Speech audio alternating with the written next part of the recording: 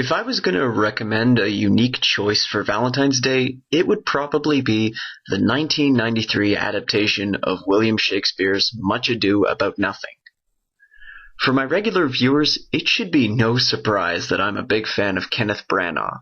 He really is one of the best British actors alive today, and his direction allows him to blend movies with theatrical elements, leading to some of the best Shakespearean films ever made. He's able to be faithful to the bard while also making his plays accessible to audiences. The story is one of those comedies that Shakespeare was so well known for. Prince Pedro arrives at the manor of his old friend Leonardo at the end of some dreadful war. The prince is accompanied by his half-brother John and his two most loyal noblemen, Claudio and Benedick.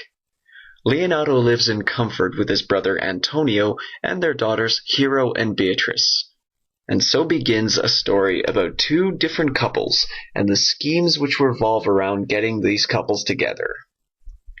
Claudio and Hero are the Romeo and Juliet equivalents of the film. They're both very young, they fall in love at first sight, and a wedding is quickly planned. However, John is resentful of his brother and wants to ruin everyone's good cheer. And so begins his various attempts to destroy the engagement as well as antagonize everyone against each other. Meanwhile, Beatrice and Benedick are proud of their own single statuses, mocking the idea of love.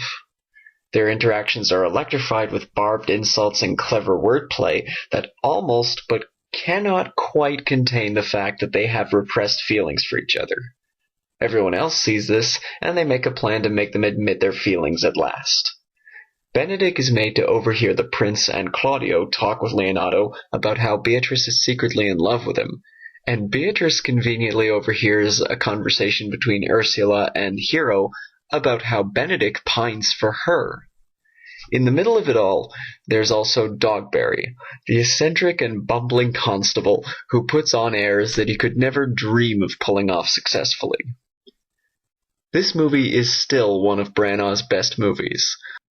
The story basks in the warm countryside of Tuscany, and in true keeping to Branagh's theatrical upbringing, the camera films impossibly long takes of plot development, scenery, and carefully choreographed dance numbers.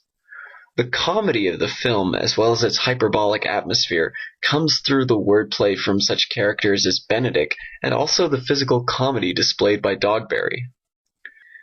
What also makes this film work so well is the cast. Denzel Washington does a great job conveying the noble character of Pedro, while longtime Branagh collaborators Richard Briers and Brian Blessed give amazing performances as Leonardo and Antonio. Robert Sean Leonard and Kate Beckinsale are good but sadly underdeveloped as the young couple.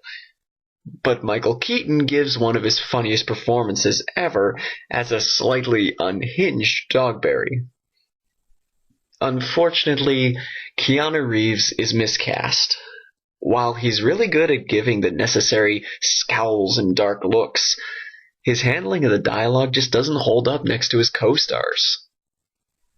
The rest of the supporting cast does a great job as well, some of them also being longtime Branagh collaborators, including composer Patrick Doyle, who ends up getting a small cameo in the film.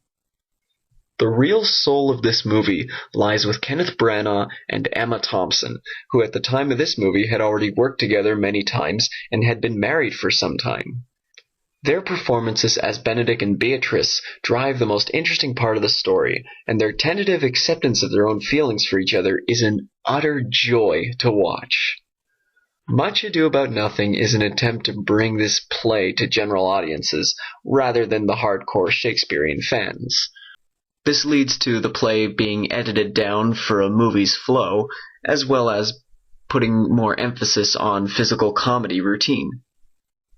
But even in these confines, Branagh's direction allows for some very touching portrayals, as well as some cinematic moments that could only be described as sweeping in their achievement. Definitely a good pick for a feel-good movie around this time of the year, or any time of the year.